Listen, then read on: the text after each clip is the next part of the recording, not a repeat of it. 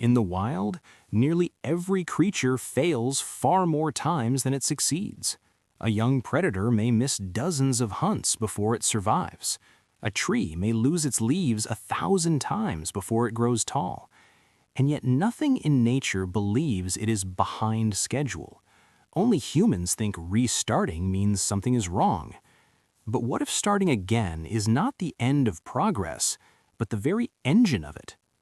If you were tired of starting over, I want you to sit with me for a while. Not as a student, not as someone who needs fixing, but as a fellow traveler in this vast and intricate world. You see, we have been taught a story, a quiet story, a story so common that we do not even notice it shaping our thoughts. It tells us that progress is a straight line, that improvement moves forward neatly without interruption, that if we stumble, we must have failed, and if we must begin again, then surely we have gone backwards. But when I look at the natural world, and I have spent a lifetime looking, I see something very different. I see spirals. I see cycles. I see retreat and return. Let me tell you about a young lion. When a lion cub first begins to hunt, it is clumsy. It misjudges distance. It lunges too soon. It startles prey. It returns hungry, again and again.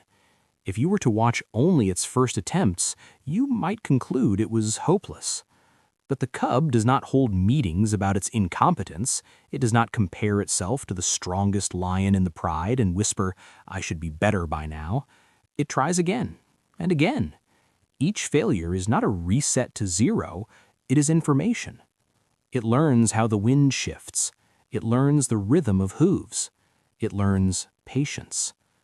Now pause with me for a moment. How many times have you tried to build a habit, to change your body, to heal your heart, to save money, to create something meaningful? And how many times did you stop only to feel that heavy word descend upon you? Again? Again I must wake up early? Again I must rebuild? Again I must repair what I broke? But what if again is not a verdict? What if it is evidence that you are still trying? There is a forest, many in fact, that depend on fire. Every year flames sweep through, reducing towering trees to blackened skeletons. To an untrained eye, it looks like ruin, destruction, an ending. But beneath the soil lie seeds that will not open without heat. Some cones are sealed so tightly that only intense fire can release what is inside. Without burning, they remain dormant forever. So tell me, what if the parts of you that feel scorched right now are not dead, but opening? I want to gently challenge something you may believe. You may believe that when you start over, you are back at zero. You are not. You are never at zero.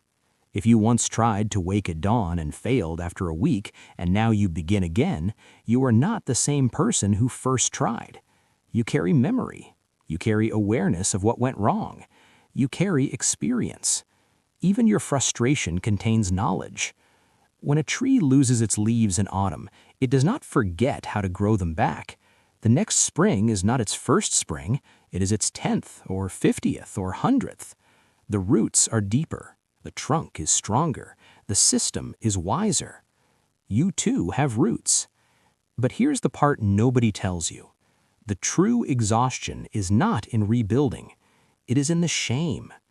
Effort does not drain us nearly as much as self-judgment does. You can work very hard when your heart is calm, but when you are whispering to yourself, "Why am I like this? Why can't I stay consistent? Why do I always ruin things?" That whisper is heavy. It makes even small steps feel enormous. In the animal kingdom, there is no shame in survival. A cheetah that misses a chase does not call itself lazy. It simply rests and tries again. Somewhere along the way, we learn to equate repetition with inadequacy. But look closely at nature. The tide comes in, the tide goes out, over and over. It reshapes coastlines not in a single surge, but through endless return. If you stand on a shore and watch the water retreat, you might think it is leaving, but it is only gathering strength for the next wave. Have you considered that your retreat might be gathering strength? Let us explore something even more uncomfortable. You may not be tired of starting over. You may be tired of believing that starting over means you have failed. There is a difference. When you define yourself by outcomes, by streaks, by milestones, by visible wins, then interruption feels like erasure. If your identity is the disciplined one, then breaking discipline threatens who you think you are. If your identity is the strong one, then feeling weak feels dangerous. But what if your identity shifted? What if you were not the successful one, or the consistent one, or the healed one? What if you were simply the learning one? An explorer does not panic when a path loops back on itself. An explorer expects terrain to twist. An explorer understands that maps are drawn through movement, not certainty. Let me ask you something gently. Who told you growth should look tidy? Was it a teacher? A parent? A screen filled with other people's highlight reels? In ecosystems, growth is messy. It involves decay and renewal. It involves competition and rest. It involves seasons that appear barren before bursting into life.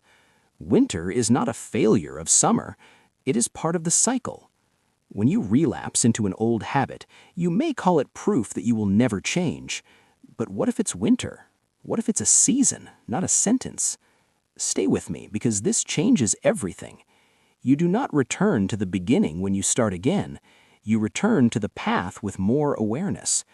Even if you make the same mistake twice, you are not the same person making it. Scar tissue is stronger than the original skin. Experience, even painful experience, thickens your understanding. The more you begin again, the less you are actually beginning. It may look the same from the outside, but internally the layers are different.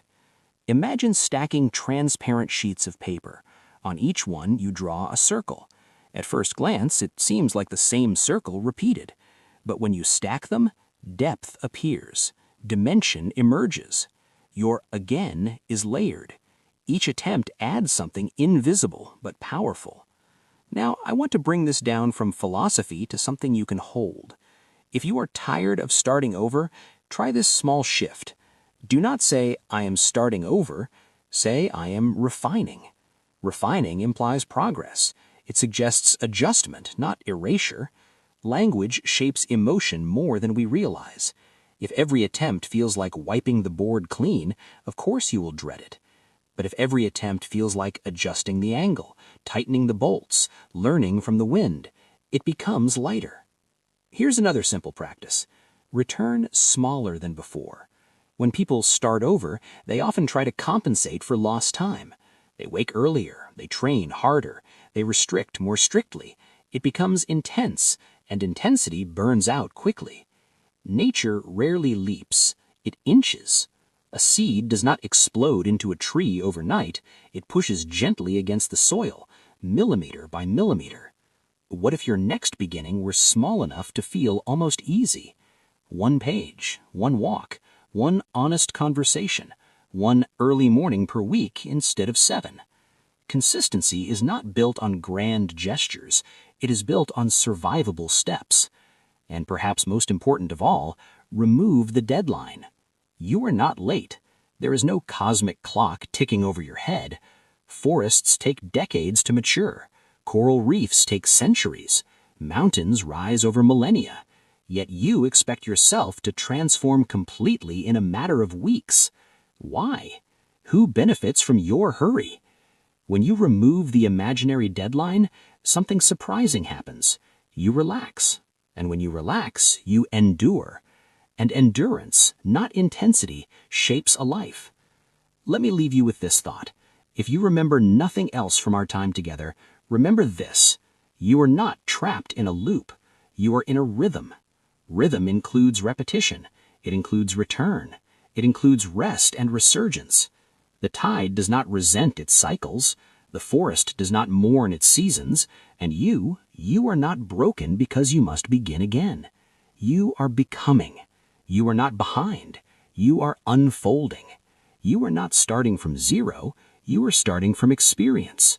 If something in you feels quieter right now, if a small knot of shame has loosened, then hold on to that.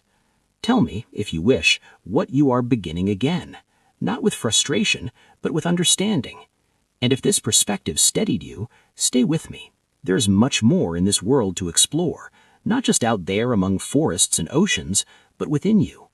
Nature never hurries, yet everything grows. And so will you.